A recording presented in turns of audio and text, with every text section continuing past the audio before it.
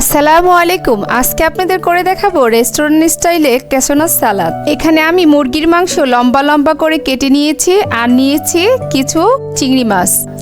এগুলোতে দিয়ে দিব হাফ চামচ আদা রসুন বাটা, হাফ চামচ লাল মরিচের গুঁড়ো, হাফ চামচ সাদা গোলমরিচের গুঁড়ো, দিয়ে দিব পরিমাণ মতো লবণ, 1 চামচের মতো সয়া সস, সামান্য একটু লেবুর রস, উঁচু উঁচু করে 2 চামচ কর্নফ্লাওয়ার দিয়ে ভালো করে এগুলি মিশিয়ে নিব।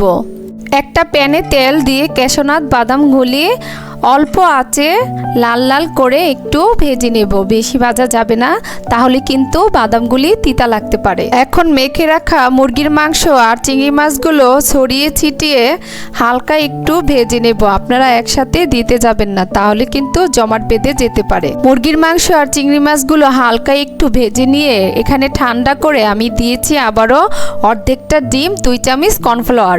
এগুলো তেলে আবারও আমি লাল লাল করে ভেজে নেব, তাহলে কিন্তু রেস্টুরেন্টের মতো একেবারে ক্রিস্পি হবে। একটা প্যানে আমি আবারও দিয়ে দিব সামান্য একটু বাটার।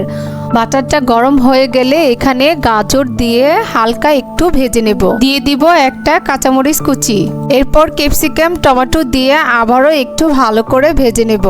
হালকা একটু ভাজা হয়ে গেলে দিয়ে দিব ভেজে রাখা ক্যাশনাট বাদাম আর মুরগির মাংস চিংড়ি মাছগুলো।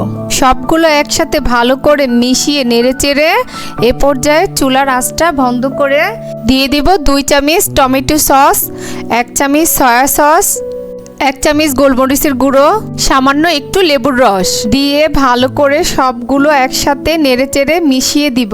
সব শেষে সামান্য একটু টেস্টি লবণ আর শসা কুচি দিয়ে একসাথে মিশিয়ে নিব। সব শেষে দিয়ে দিব সামান্য একটু সাদা তিল। আমার এখানে সালাদের পরিমাণগুলো কম ছিল, আপনারা আপনাদের পছন্দ অনুযায়ী বাড়িয়ে কমিয়ে নিতে পারেন। এই তো তৈরি হয়ে গেল রেস্টুরেন্ট স্টাইলে ক্যাসোনাস সালাদ। আমার মতো আপনারা একবার হলো বাসায় ট্রাই করে দেখবেন। আল্লাহ হাফেজ।